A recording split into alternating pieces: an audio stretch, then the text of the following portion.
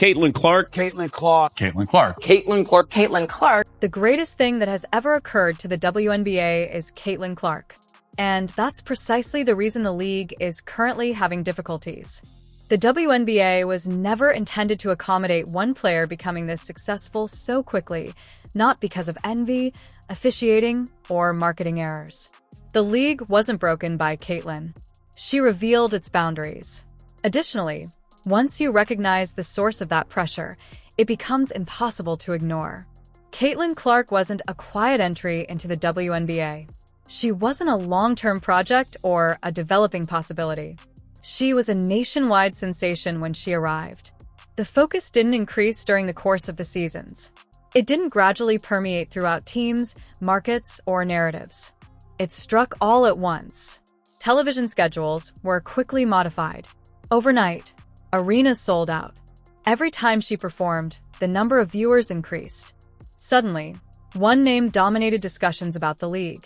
The majority of individuals misjudged that speed. Whoa. You go past the logo and a short distance after that. She is skilled at igniting the crowd. The purpose of professional sports leagues is expansion, not shockwaves. They anticipate a gradual increase in attention.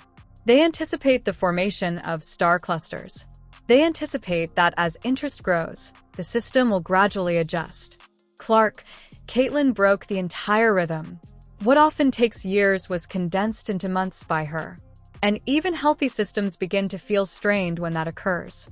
Whether they admit it or not, every league functions under a set of presumptions. They believe that star power will eventually disperse. They believe that storylines in the media will spontaneously balance. They believe that rather than compressing vertically into a single figure, fan attention will grow horizontally. These similar presumptions served as the foundation for the WNBA.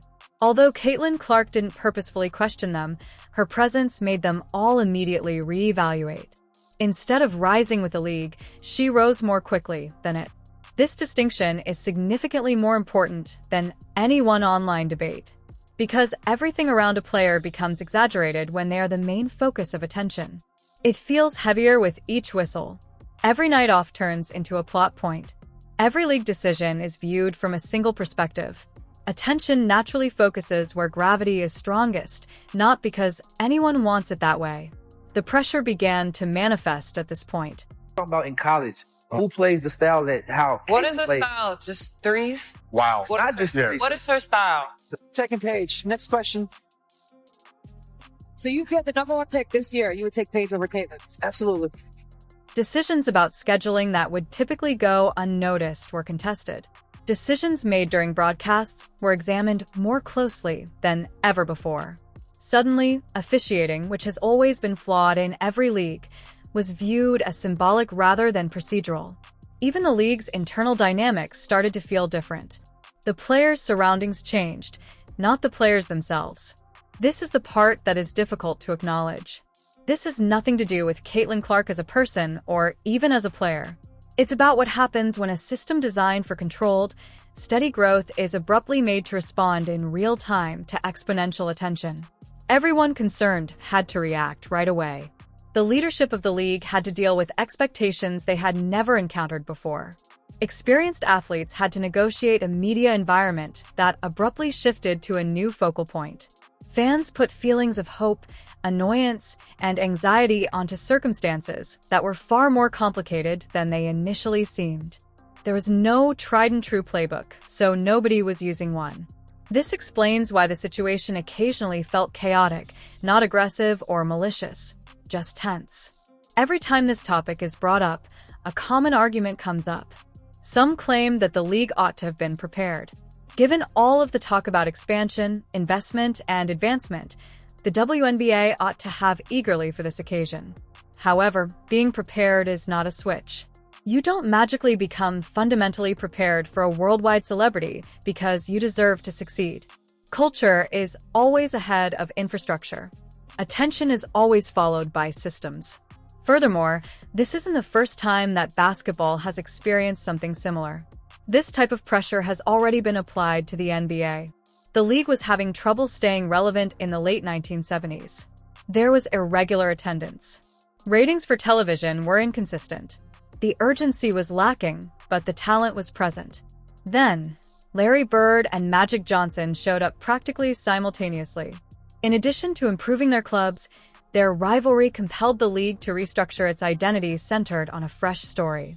The importance of broadcasts increased.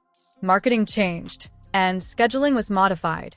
The NBA had no choice but to adjust even if it wasn't entirely prepared for how quickly that rivalry would garner national interest. The system became stronger as a result of bending under pressure.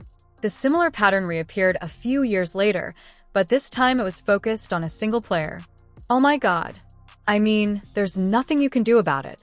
Michael Jordan was a spectacle when he first joined the league.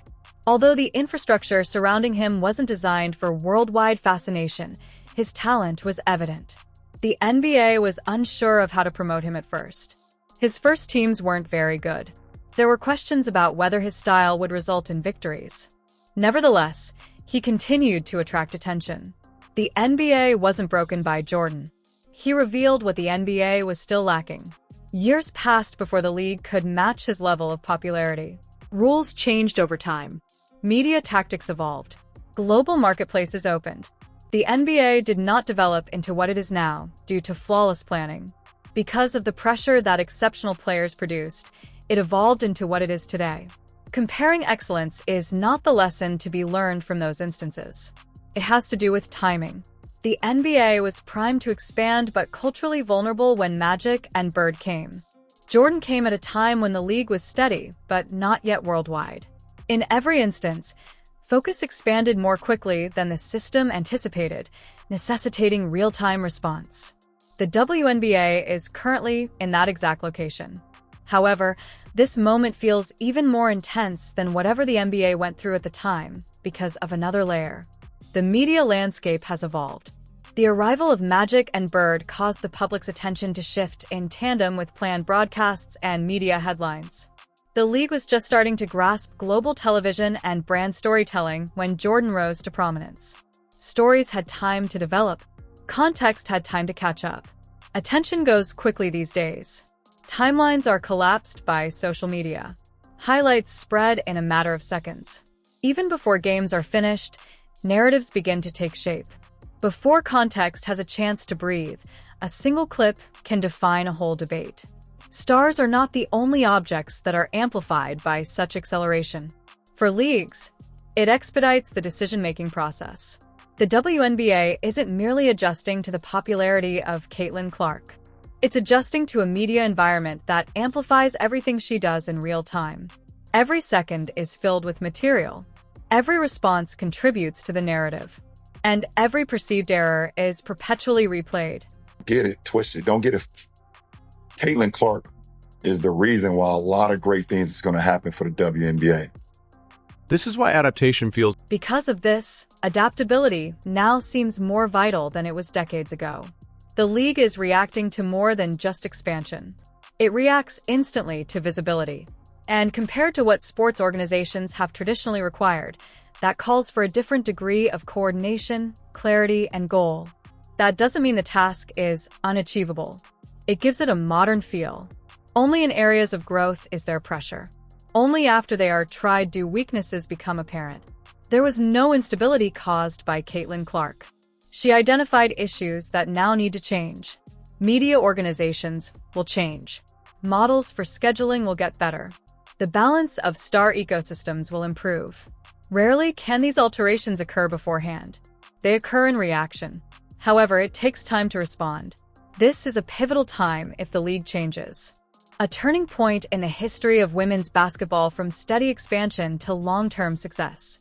A time when numerous stars can live in a more robust framework, systems are updated, and coverage expands. Instead of being the burden, Caitlin Clark becomes the catalyst. The friction persists if it doesn't adjust. The same arguments are repeated. The same round of disputes. Conflict consumes attention rather than advancement, and finally exhaustion sets in. Not because supporters lose interest, but rather because momentum isn't transformed into stability. The true fork in the road is that. The fact that this moment involves more than just Caitlin Clark herself adds to its significance. This goes beyond the treatment or perception of a single player. It concerns whether the league can expand beyond its historical bounds and whether it can change structurally at the same rate that its audience is changing culturally. This pressure wasn't created by Caitlin Clark. She disclosed it. And the league's next 10 years will be shaped by the WNBA's current response. This has nothing to do with picking sides or placing blame. It's about realizing that a new level of structure is necessary for a new scale of attention. Going ahead, the question isn't whether Caitlin Clark is too large for the league. The point is missed by that framing. The league's ability to expand quickly enough to match her current situation is the true question. Because these kinds of moments are fleeting, they can turn into missed opportunities or foundations. And it's still up for debate which one this turns into. Tell me what you think. Additionally, subscribe to What Follows if you want to know what happens next.